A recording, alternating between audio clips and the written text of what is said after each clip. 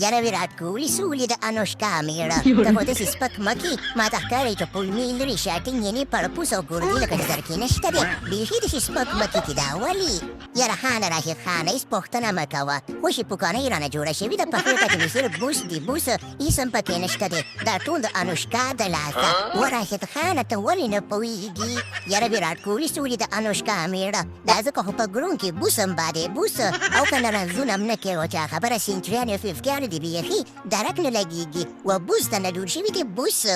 یاره میکسویله سیکسویله زما غم مه کوئ که ما کې بوس دي او که بالوت دي خبره داسې ده که نه چې د ځان غم دي وکړه د ځان افغانان در پورې لکه د سرې موټۍ نښتي دي ته تلې تلې د پیرانو کور ته دي تیږې ویشتي دي ځان تېر خلاص که او کنه ویرات کوهلي سولې زموږ د بدله خو لا پاتې دي میکسویل سیکسویل سره خبره داسې ده که نه چې ته هم د ټراپیک لکه ونیسه مضبوطه ونیسه چې لاندې ونه غورځې دیږي ګوره موږ هم شریک یو نیم په نیمه که څنګه مولانا محمد رضوان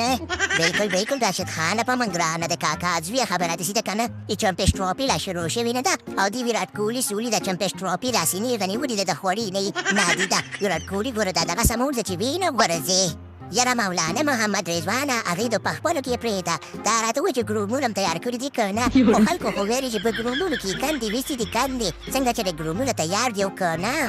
یاره کم بابا مومه تورې مږې خبره داسې ده که نه چې ګرومونه هم تیار دي او میدانونه هم تیار دي او کندې هم پکې تا ته ویستې دي ته غورځې کې اوده کېږي مونږ زموږ مېلمه را روان دی توره مږه ټیم بابا مومه په هغې کې به اوده شي یاره مولانا محمد رضوانه که رښتیا را باندې وې که نه مېلمستیا دي خلک ستاسو نه زده کي هغه ګوره مېلمه دې را روان دی توره مږه ټیم بابا مومه هغه د چا خبره د کندو پورې به ورته انتظام کړی دی یاره مولانا محمد رضوانه زما هم دا کولمه او لرې شارټینګ یې وګټلو یاره میکسویله سیکسویله اخر تره زامن کاکا زامن د چا دي زمونږ تره زامن د مېلمستیا خو به دې کوي که نه و میکسویله سیکسویله ته ولې نه پوهېږي ویرات کوهلي سولې نو لاندې راکوښې ظالمه دا سپک بدن د اخره کې دروند شو ما دا ښکار لږ چې په خېټه کې دې جمع شول ښه پیچلې چې لاندې راکوشه اوس به زه دا ټراپي لږه اوچته ونیسم او به ویرات کوهلي سولې د انوشکا میړه وی پاس په هوا راشه جانانه لاندې په ځمکه غمازان ګرځي مینه یې و راشد خانه ته ولې نه پوهېږي څومره خوند کوي ظالمو په هوا کې مې چومپر شراپي نیولې ده او یخه یخه تازه هوا را باندې لګېږي او په دې خوله مې راننوځي ډېره خوند کوي راشد خانه به راشي د چمپش ټراپي ته اوچته ونیشه